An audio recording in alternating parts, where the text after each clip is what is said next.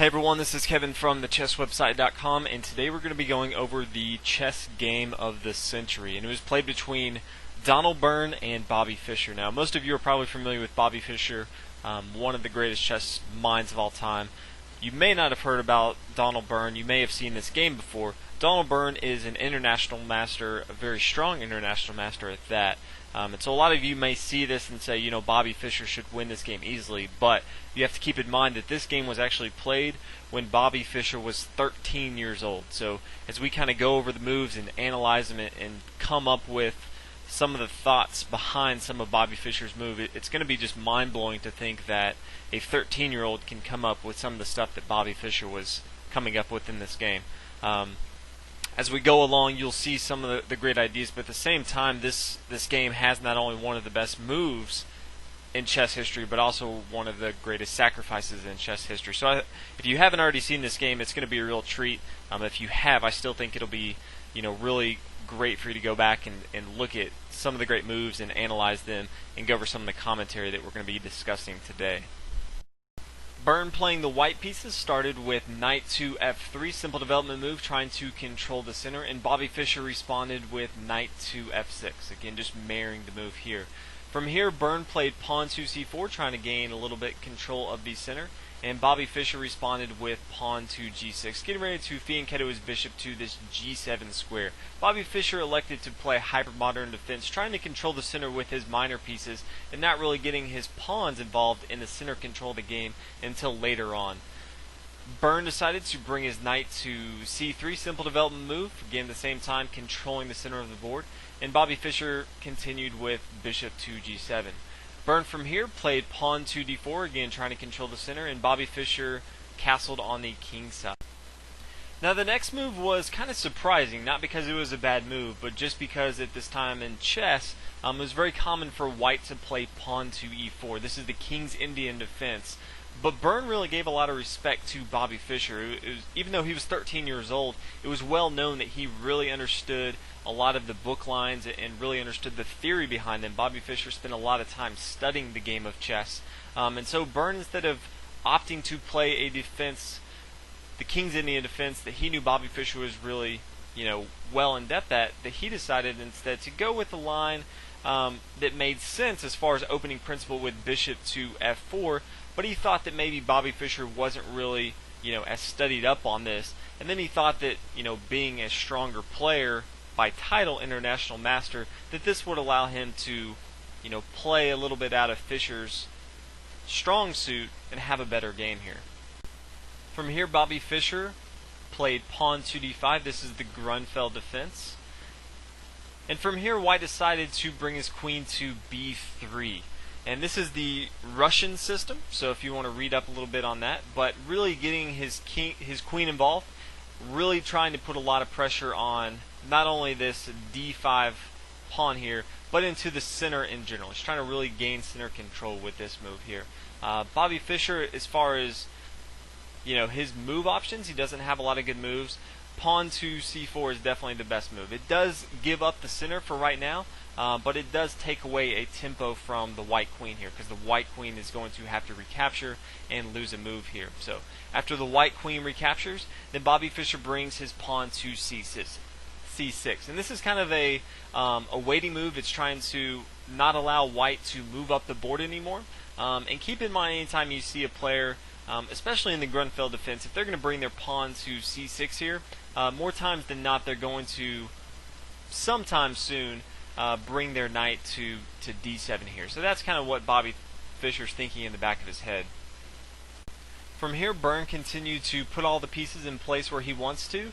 He's bringing his pawn now to e4. This does a few things. One, it allows his light square bishop to get out of the action, get developed, so he can castle on the king side for further king safety. And at the same time, it's a really good square. Bobby Fischer was really allowing white to just completely dominate the center of the board right now.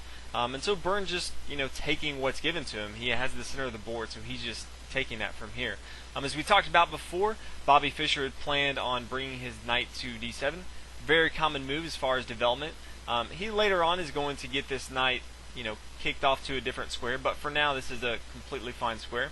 And from here, Byrne decided to bring his rook to d1. You always want to put your rooks behind pawns as they push up the board, and so this is a logical move to bring his rook to d1.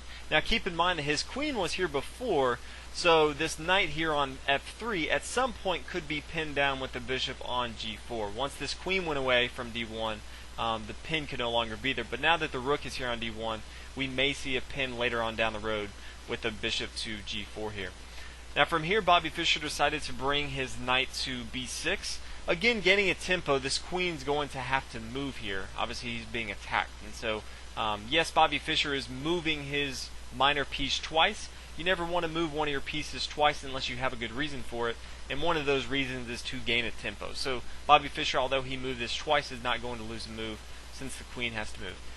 And from here, Byrne decided to bring his queen to c5. Now, this is a pretty aggressive move. A lot of analysts that look at this say that it would have been a little safer just to bring the queen back to b3. Again, white has complete control of the center right here.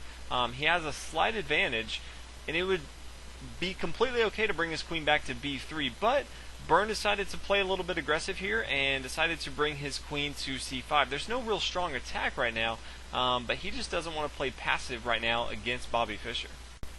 From here, Bobby Fischer, like all great chess players, continued his development by bringing his last minor piece into the game, and he brought his bishop to g4. Now, this is a very aggressive move, and as we talked about before, he's pinning this knight down to the rook here on d1 that was brought over from a1. And, we can go through the entire game and talk about, what great moves were made, what bad moves were made, but I think one of the worst moves in the game was the next move by Byrne, and Byrne played bishop to g5. Now the problem with this is white really needs to, one, finish his development. He needs to get his light square bishop into the game.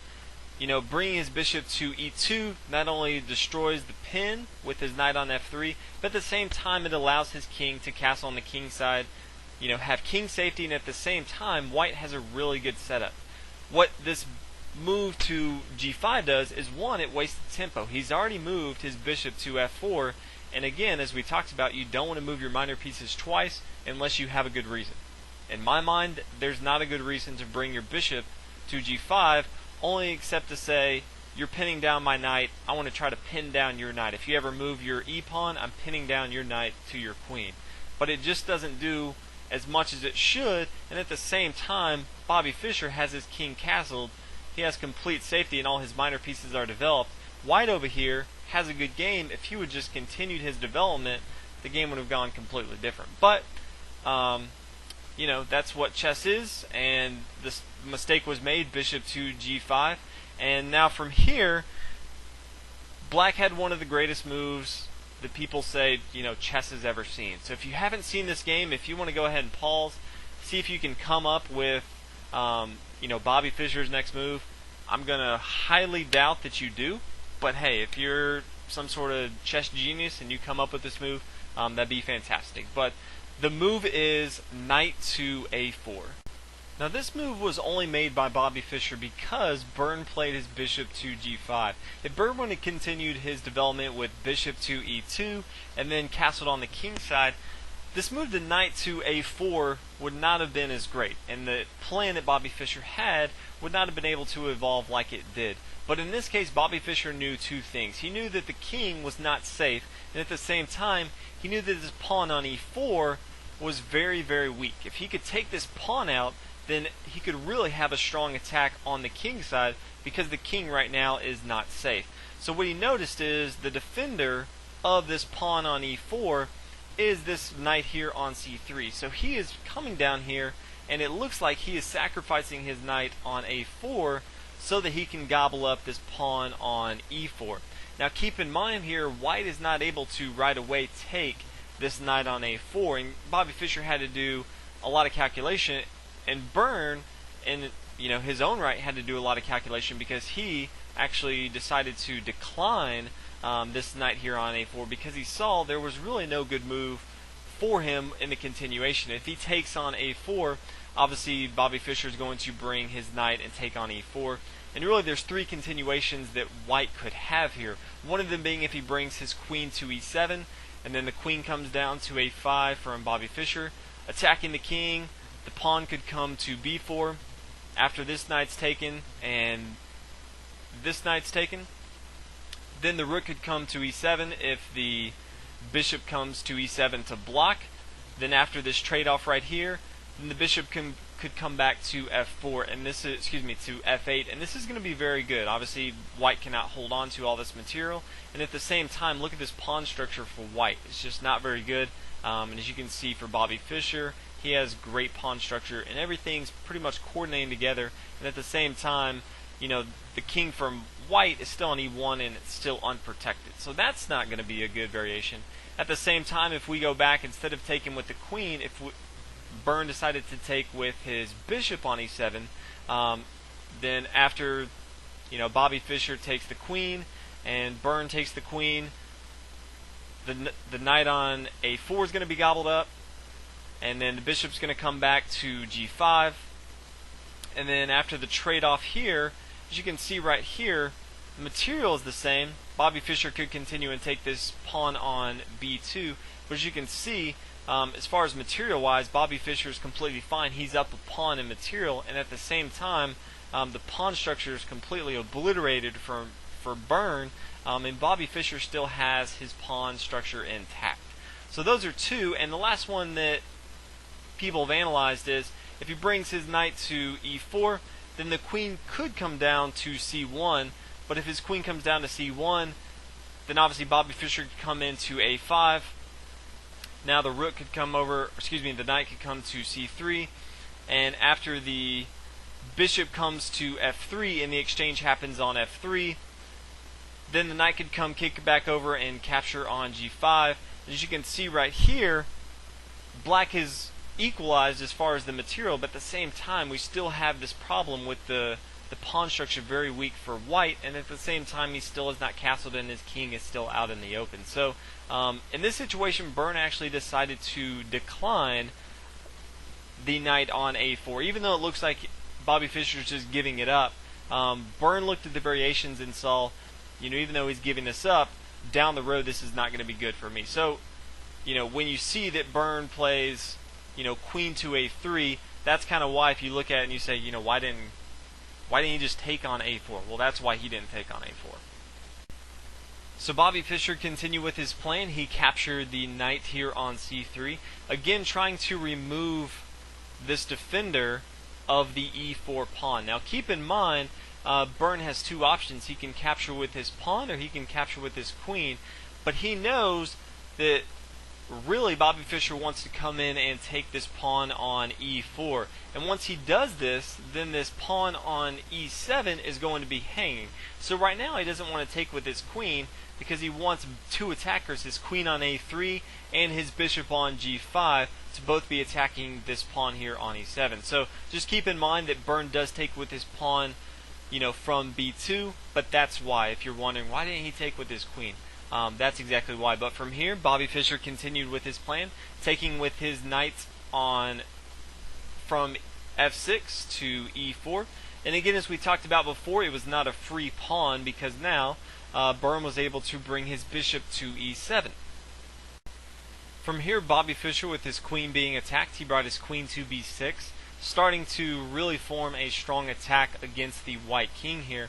And as you can see, white in this situation decided that he really needs to get, you know, safety for his king, or he's going to be in a lot of trouble. So what he did, he should have done a long time ago. He developed his light square bishop and he brought it to c4 here. Now keep in mind, he probably should have developed this a long time ago, but it is good that he decided that he wanted to now get some safety for his king, since Bobby Fischer is starting to really put a lot of pressure on the white king for white. Bobby Fischer now decided to bring his knight to c3 and capture.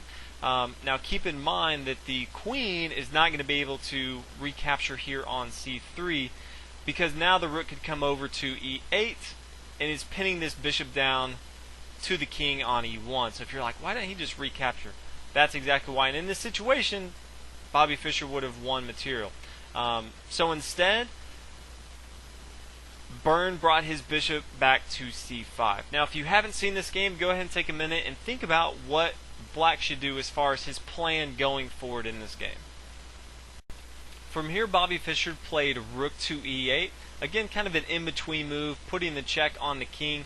The king decided to move to f1. Now keep in mind he really couldn't come to d2, because from here the knight could come back to e4, check the king. Once the king moves back to c1, then the bishop could come to h6, again putting a lot of pressure. If the king now moves to c2, then the knight's going to come back here and take this bishop on c5, really just losing a bishop here, or losing material. So that's not going to work. So instead, after the rook comes to e8, Byrne decided to play king to f1, which seems logical enough. Again, he's still putting pressure on this queen on b6. He knows that Bobby Fischer's probably going to play his queen somewhere, so he's just kind of waiting here. But Bobby Fischer had other things in plan, and he played what a lot of people perceive to be the greatest sacrifice in chess history, and he brought his bishop to e6. Now, if you came up with this move, I don't believe you, because I looked at this game a long time. You may be a better chess player than I am, but there's no way that I'm playing e6 in this chess game. But Bobby Fischer is better at chess than I am, and he did play it. Even at 13, he was better than I will ever be. So he played bishop to e6, and Byrne decided to go ahead and take the queen. Again, if you have a queen, you know, it's pretty hard not to take. So he went ahead and took the queen, and then Bobby Fischer went ahead and played bishop to c4, and then just started a windmill tactic and just started gobbling up all of Byrne's pieces. So from here, the king has to come back to g1. It's kind of forced, and so the knight comes to e2. Again, this is the windmill effect. The king's going to have to come back to f1. He gobbles up this pawn here on d4. The king goes back. He brings the knight back. King comes back to f1. He now brings his knight to c3, attacking this rook here on d1. The king has to go back. Again, he continues to be put in check by this bishop here on c4, and he can't come back to the e file because this rook is so nicely placed from on e8. Now from here is a great move. He plays pawn takes to b6, and what this does is, one, it takes another minor piece, but at the same time it's gaining another tempo because it's now not only attacking, capturing this piece on b6, but he's attacking the queen on a3. From here, Byrne played queen to b4. Again, not a lot of options that he has here. And Bobby Fischer brought his rook down to a4. Now, you can start to see all of Bobby Fischer's pieces are really starting to, work together. This bishop here on g7 has this long diagonal covered, holding down, protection on this knight. The knight's protecting the rook's protecting the bishop. So all of his pieces are kind of working together. Whereas you can see for white, his king's over here on g1. His rook on h1 is not doing anything, and none of his pieces are really connected or doing anything. So you can really see, even though Bobby Fischer gave up a queen, all of his pieces are working really well together. Now, after he starts to attack the queen comes to b6, trying to gobble up some material, but at the same time, it's still kind of lost right here. Bobby Fischer now decides to come in and take this rook on d1.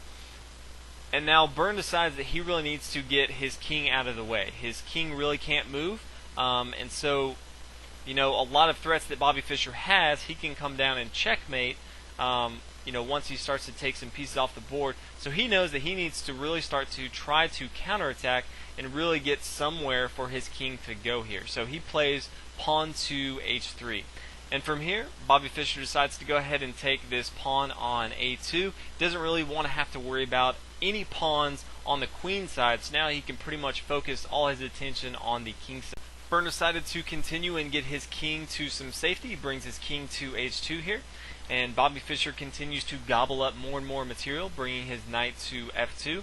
And from here, Byrne decided that he really needed to do something with this rook on h1. It hasn't done anything all game, and so he decided to bring it to e1 and trade off these rooks here, because he knows that this rook on e8 has been a pain, putting a lot of pressure, and at the same time, it's kind of a way that he can free up an attack with his queen on the black king here from Bobby Fischer on g8. So after the rook comes down to e1, Byrne now plays his queen to d8. Now Bobby Fischer has two ideas. He could either, one, bring his rook to e8, or he could instead block with his bishop on f8. And I think Bobby Fischer chose the better of the two moves, and he played bishop to f8. He knows he's going to lose his rook either way, but by doing his bishop here on f8, once Byrne plays knight takes on e1, as you can see, his knight is really far away from the action. And that was a super smart move from Bobby Fischer, because he knows if you're going to trade, you might as well have your opponent, have his minor pieces as far away from the action as possible. There's no real way for this knight here on e1 and this queen here on d8 to really, attack together unless it's 3, 4, 5 moves down the road, where Bobby Fischer can easily get all his moves, all his pieces developed exactly how he wants to and kind of work together very seamlessly. And that's exactly what Bobby Fischer starts to do. He first brings his bishop to d5, centralizing his bishop. Obviously, bishops work well in the center where they can kind of attack the entire board. And at the same time, he's really starting to get all his pieces so that they can all kind of work together. So that's his first move. And from here, Byrne decided to bring his knight back to f3. Again, his knight can't do anything on e1, so he wants to try to get it back into the game. Bobby Fischer now plays his knight to f4. Again, pretty much all of his pieces are now protected, except one, and that takes place in the next move.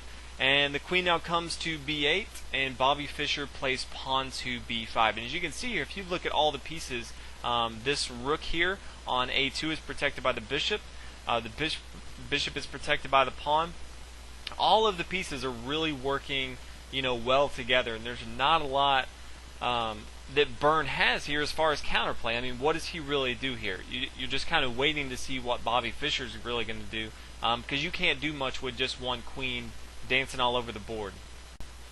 Byrne decided to play h4, trying to get some sort of counterplay on the king side. Bobby Fischer said, all my pieces are completely developed how I want them to. I'm going to play h5 as kind of a waiting move, and just to let you know, I'm not going to allow you to do anything else on the king side. So Byrne really doesn't have any moves with his queen, so he decides to get his knight involved into the game, bringing his knight to a central square e5, trying to put some sort of pressure.